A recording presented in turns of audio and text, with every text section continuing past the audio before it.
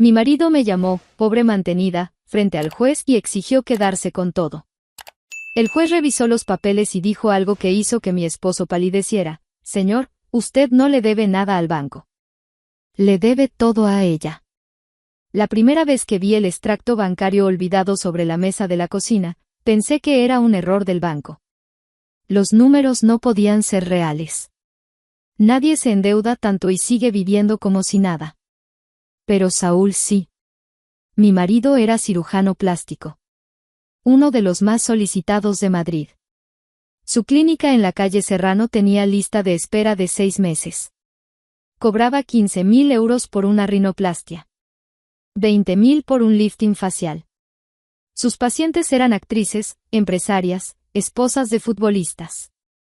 Gente con dinero que quería verse 10 años más joven.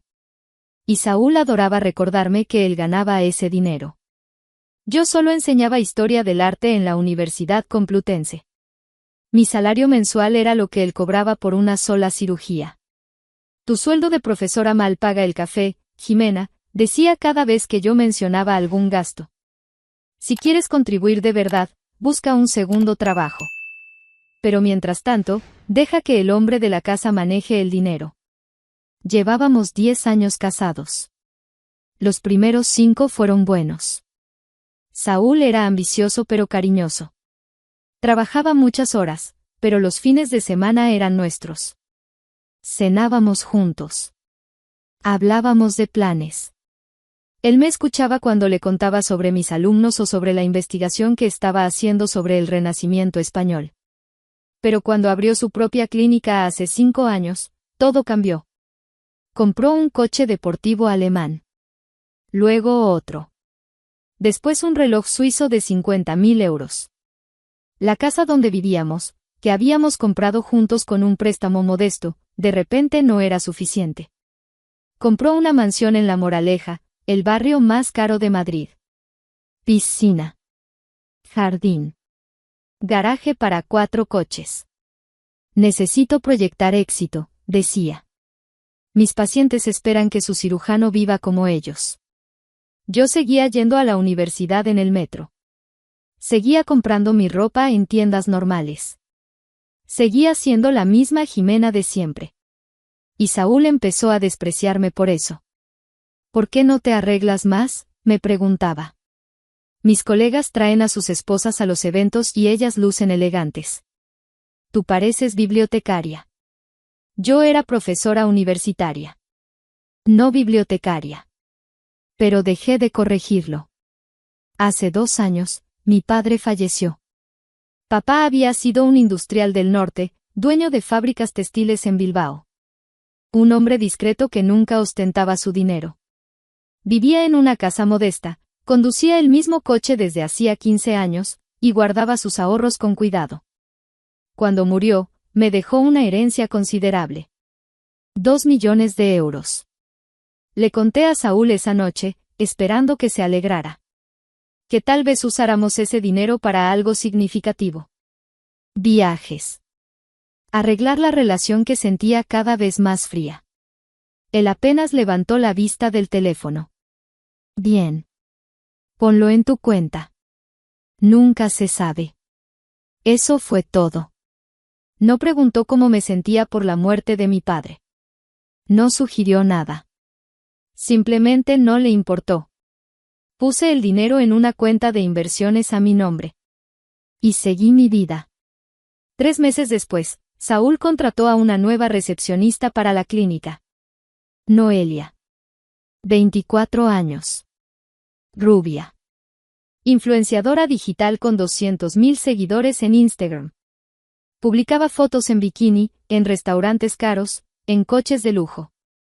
La primera vez que la vi fue en la fiesta de aniversario de la clínica. Saúl organizó un evento grande en un hotel de 5 estrellas.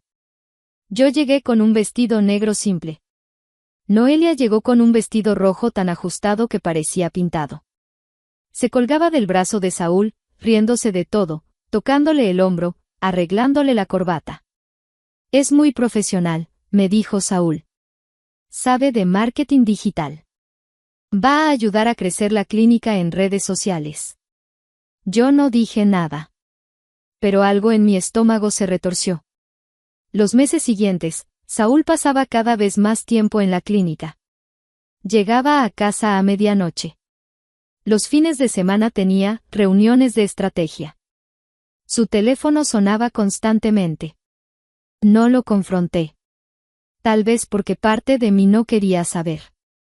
Fue un sábado por la mañana cuando encontré el extracto bancario. Saúl había salido temprano. Yo estaba limpiando la cocina cuando vi el sobre del banco sobre la mesa.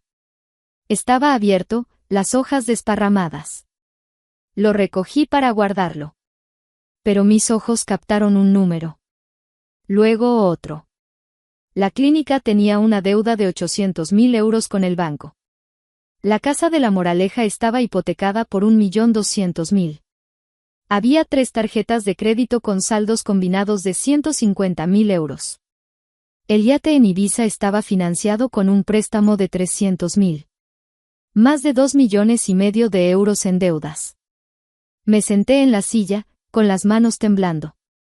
Seguí leyendo. Había cartas del banco. Avisos. Uno decía, última notificación antes de ejecución hipotecaria. Otro, procedimiento de embargo iniciado. Saúl estaba quebrado. Y yo no tenía idea. Esa semana, llamé a un abogado de confianza. Un antiguo profesor que ahora trabajaba en derecho corporativo. Le expliqué la situación sin dar nombres. Si el banco ejecuta, lo pierde todo. La clínica. La casa. Los coches. Y probablemente su licencia médica si está vinculada a la clínica. ¿Hay forma de detener esto? Alguien tendría que comprar la deuda del banco. Pero estamos hablando de millones. Colgué y me quedé sentada en mi oficina, mirando por la ventana. Yo tenía 2 millones de euros. Herencia de mi padre. Un hombre que trabajó toda su vida, que vivió con humildad. Y tenía un marido que me despreciaba, que me llamaba pobre, que gastaba fortunas en impresionar gente. Pero también tenía un marido a días de perderlo todo. Tomé una decisión. Contraté a un gestor financiero discreto. Estructuramos una empresa fantasma. Y usé la herencia de papá para comprar anónimamente todas las deudas de Saúl del banco. El banco estaba feliz de vender la deuda problemática.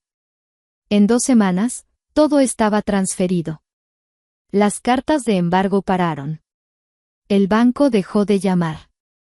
Saúl pensó que había sido un error administrativo. Nunca preguntó. Solo siguió viviendo como siempre. Yo guardé todos los documentos en una caja fuerte que él no sabía que existía. Y esperé. No esperé mucho. 2 meses después, Saúl llegó un viernes por la noche.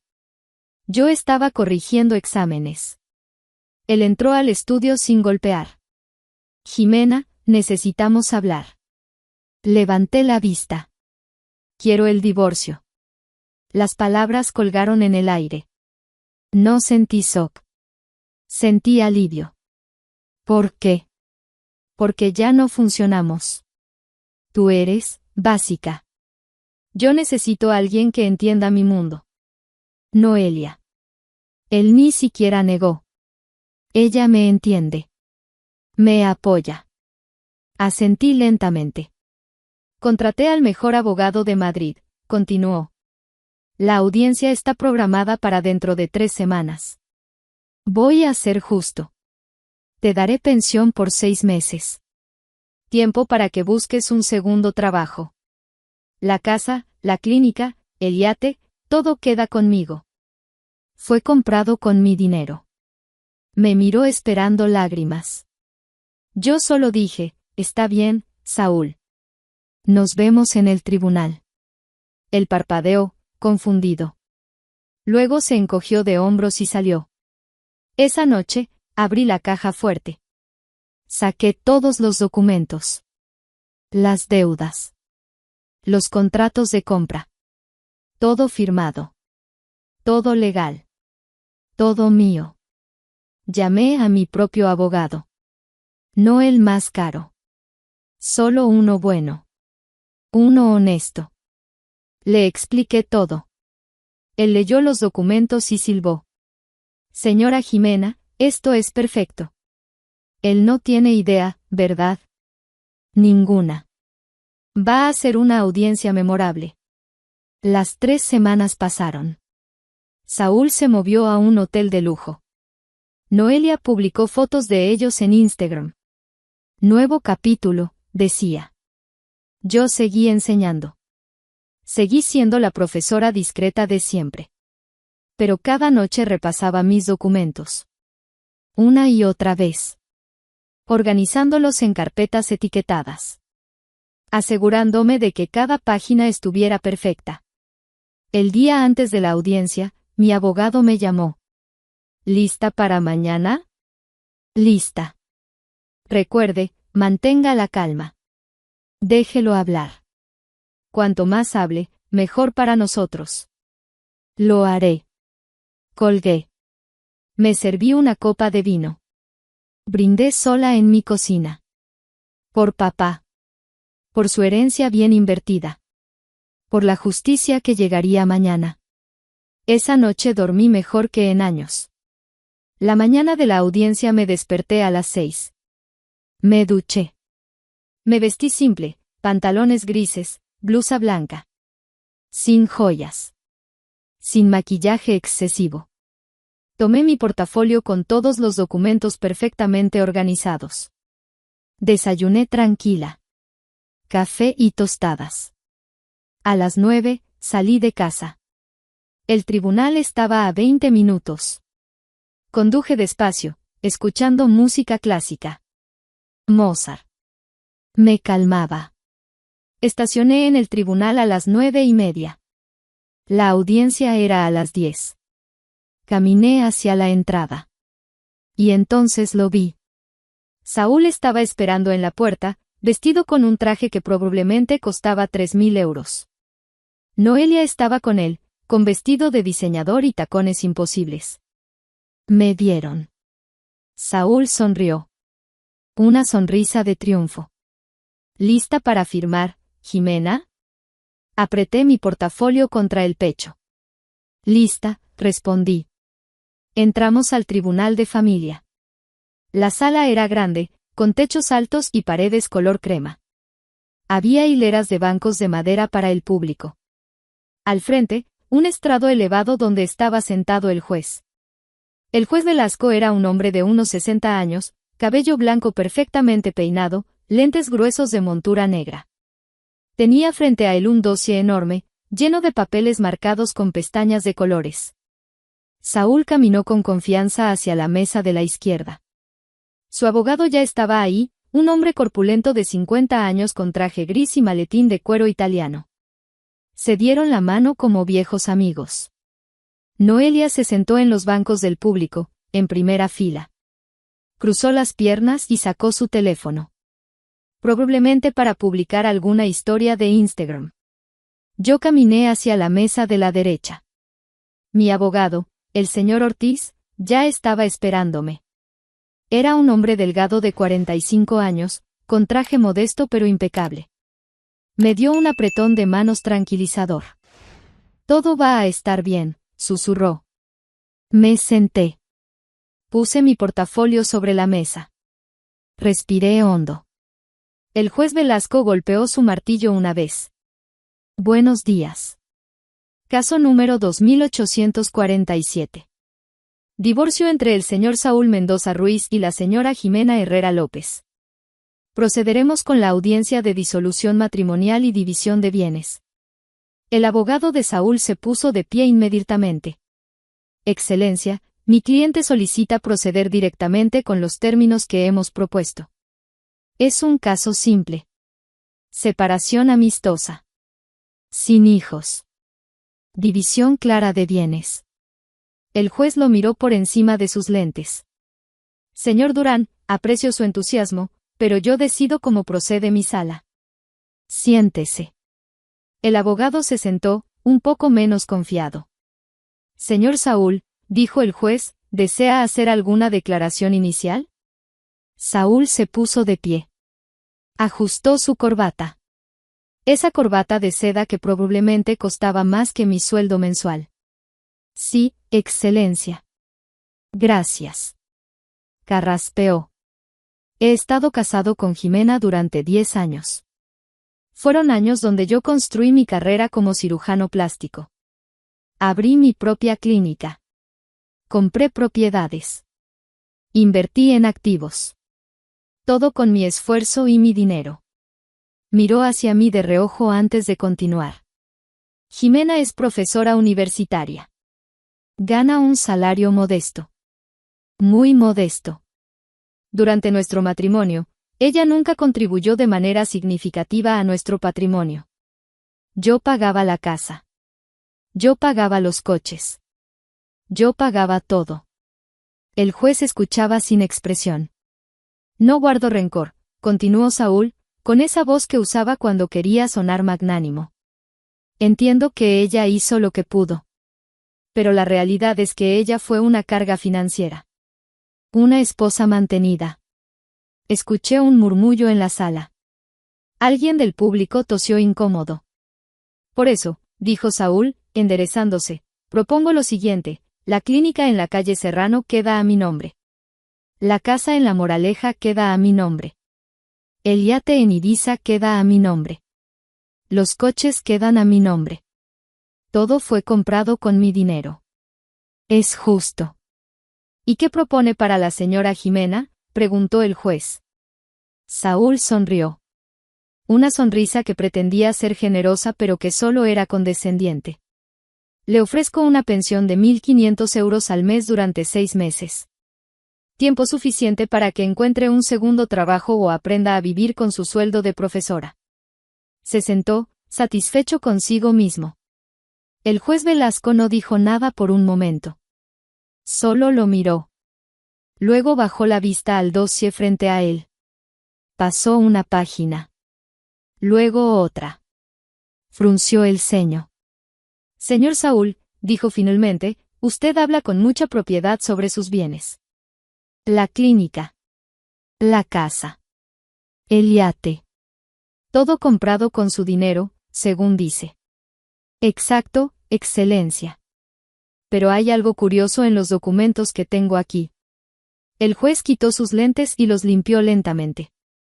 Según los registros bancarios y financieros presentados por ambas partes, el señor no posee ninguno de esos bienes. Saúl parpadeó. ¿Perdón?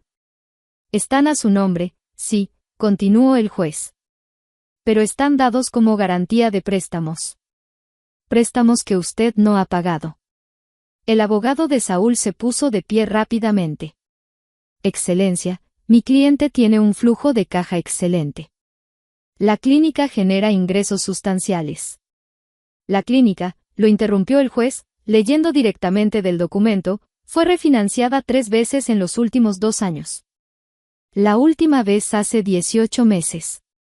El señor Saúl hipotecó el edificio, el equipamiento médico y hasta las cuentas por cobrar futuras. Saúl se puso pálido. Eso es normal en negocios. La casa en La Moraleja, continuó el juez sin detenerse, está hipotecada por 1.200.000 euros. El banco emitió una notificación de ejecución hipotecaria hace 2 años. Eso es mentira, gritó Saúl, poniéndose de pie. El banco dejó de cobrarme. Todo está en orden. El juez lo miró fríamente. Siéntese, señor Saúl. O lo haré desalojar de mi sala. Saúl se sentó, temblando. El banco dejó de cobrarle, dijo el juez con voz calmada pero terrible, porque alguien compró su deuda. Silencio absoluto. Hasta Noelia dejó de mirar su teléfono. Alguien pagó al banco el total de sus obligaciones pendientes. 2.400.000 euros. Más intereses acumulados. Total, 2.700.000 euros. Saúl miraba al juez como si le estuviera hablando en otro idioma. ¿Quién?, susurró. ¿Quién haría eso? El juez se giró hacia mí. Señora Jimena, ¿puede explicarle al señor Saúl? Me puse de pie. Mis manos no temblaban. Mi voz salió clara y fuerte. Hace 2 años, mi padre falleció. Él era industrial textil en Bilbao. Me dejó una herencia de 2 millones de euros. Saúl me miraba con los ojos abiertos de par en par. Tú nunca prestaste atención a mi vida, continué. Nunca preguntaste sobre mi padre. Nunca te importó. Solo te importaba tu clínica. Tus coches. Tu imagen. Jimena, empezó, pero lo ignoré. Cuando encontré tus extractos bancarios y vi que estabas en quiebra, que el banco iba a ejecutar todo, tuve una decisión que tomar. Podía dejarte caer. O podía salvarte. Me salvaste, dijo él, con una sonrisa nerviosa creciendo. Entonces tú entiendes. Podemos arreglar esto. Podemos. Te salvé, lo interrumpí, porque compré todas tus deudas. Anónimamente. A través de una empresa fantasma. El banco estaba feliz de venderlas. Estabas a días de perderlo todo. Su sonrisa se desvaneció. Eso significa, continué, que tú no le debes 2.700.000 euros al banco. Me los debes a mí. Saúl se quedó paralizado. Su abogado agarró documentos frenéticamente, hojeando, buscando algo que lo salvara. El juez Velasco puso sus lentes de nuevo y leyó de otra página.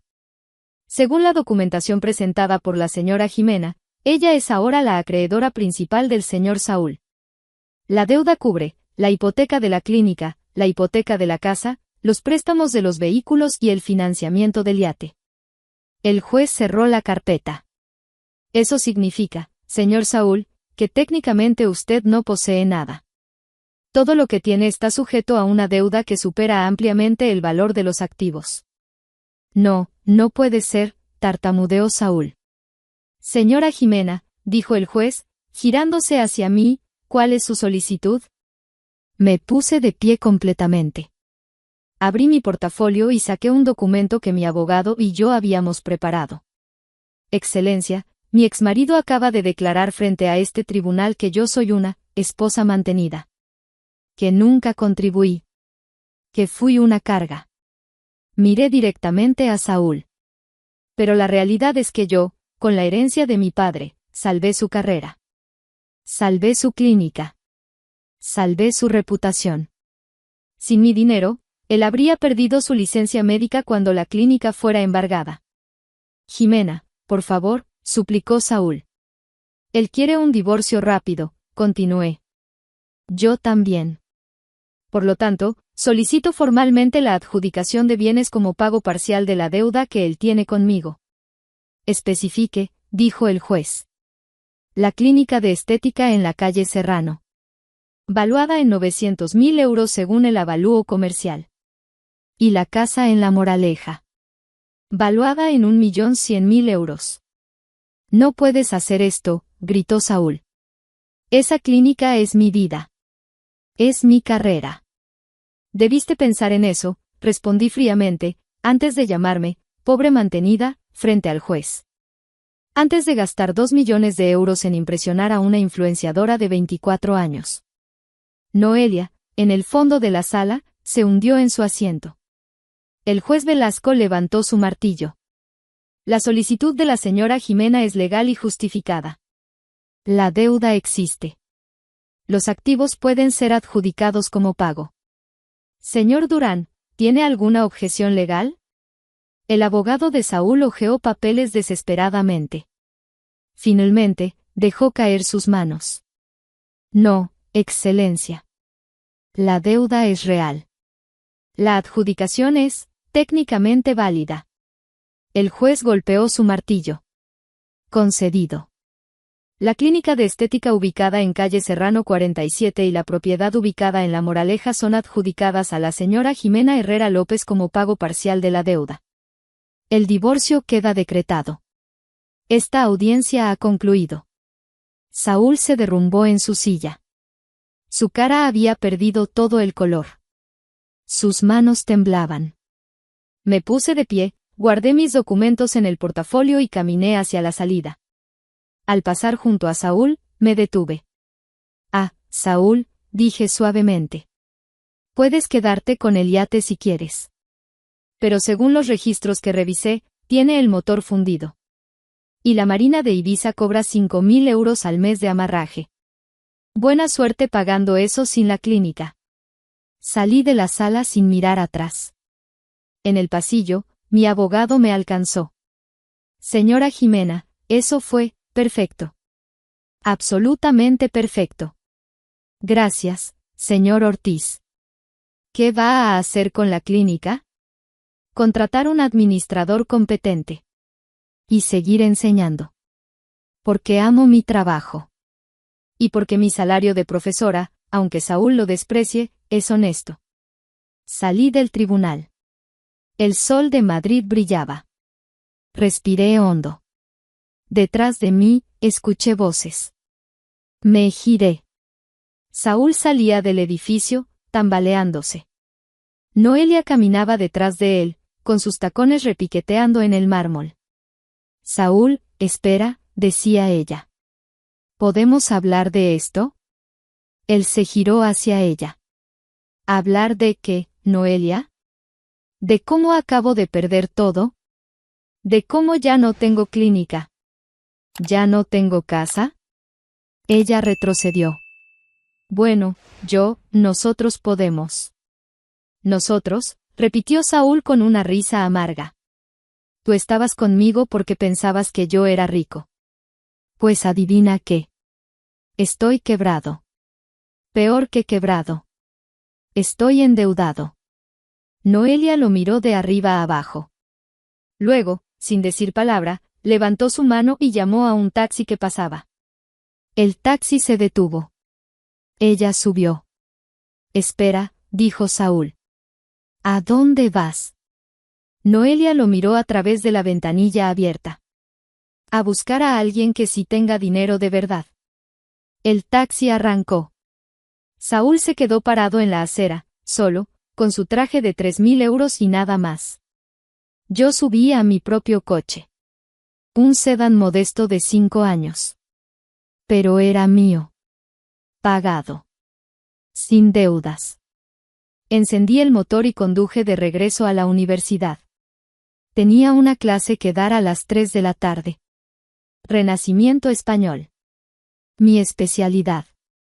Un mes después de la audiencia, estaba sentada en mi oficina de la universidad cuando recibí una llamada del administrador que había contratado para la clínica.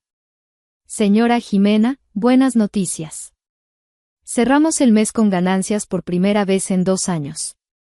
¿En serio?, pregunté, sorprendida. Sí. Resulta que el señor Saúl gastaba más de lo que la clínica generaba. Coches de empresa innecesarios. Viajes a congresos de lujo. Cenas corporativas todas las semanas. Eliminé todo eso. Contraté 2 cirujanos más competentes. Y los pacientes siguen viniendo. Sonreí. Excelente trabajo. Ah, y otra cosa. El señor Saúl llamó 3 veces esta semana pidiendo hablar con usted. Bloqueé su número. Ya lo hice. Colgué y volví a mis clases. Tenía 20 exámenes que corregir y una conferencia que preparar para el próximo mes sobre el arte del siglo de oro. Saúl intentó contactarme varias veces más. A través de conocidos mutuos. A través de su abogado. Incluso apareció una vez en la universidad esperándome en el estacionamiento. Lo vi desde lejos. Estaba más delgado. Su traje ya no era italiano. Era de alguna tienda de descuento. Su coche era un modelo usado de 10 años. Caminé en dirección opuesta y salí por otra puerta. No tenía nada que decirle. Supe por una colega de la universidad que Saúl finalmente consiguió trabajo. No como cirujano principal. Como cirujano asistente en una clínica pública en las afueras de Madrid. Sueldo fijo. Nada de lujos. Nada de bonos. Noelia, por supuesto, nunca volvió. Según su Instagram, ahora salía con un futbolista de segunda división. Las fotos eran las mismas, restaurantes caros, coches prestados, sonrisas falsas. Yo vendí la casa de la Moraleja. Era demasiado grande, demasiado ostentosa. Compré un apartamento cómodo cerca de la universidad. 2 habitaciones. Balcón con vista a un parque. Perfecto para mí. Con el dinero de la venta, doné una parte a un fondo de becas para estudiantes de historia del arte. Estudiantes como yo había sido, apasionados, trabajadores, sin recursos. La clínica seguía funcionando bien. El administrador era competente y honesto. Los pacientes confiaban en el servicio. Yo no tenía que hacer nada excepto revisar los reportes mensuales. Una tarde, 6 meses después del divorcio, estaba tomando café en la cafetería de la universidad cuando una de mis alumnas se sentó frente a mí. Profesora Jimena, ¿puedo preguntarle algo personal? Claro. ¿Es verdad es verdad lo que dicen sobre su divorcio? Me reí. ¿Qué dicen? Que su exmarido la llamó pobre frente al juez. Y que resultó que usted era dueña de todo. Es verdad. Ella me miró con admiración. Eso es increíble. Usted es mi heroína. No soy heroína, respondí. Solo fui inteligente con el dinero que mi padre me dejó. Y tuve suerte de que mi exmarido fuera tan arrogante que nunca se molestó en revisar de dónde venía ese dinero. ¿Se arrepiente de haberlo salvado? ¿De haber comprado sus deudas? Pensé en eso por un momento. No. Porque salvarlo no fue un favor para él. Fue una inversión. Y esa inversión me dio poder cuando más lo necesité. Ella asintió, sonriendo. Esta mañana, casi 2 años después de aquella audiencia, me desperté en mi apartamento tranquilo. Preparé café. Leí el periódico. Me vestí para ir a la universidad. Tengo 39 años. Soy profesora titular de Historia del Arte. Propietaria de una clínica de estética exitosa. Y completamente libre. Saúl pensó que yo era pobre porque mi salario era modesto. Pensó que mi vida era aburrida porque yo no necesitaba ostentación.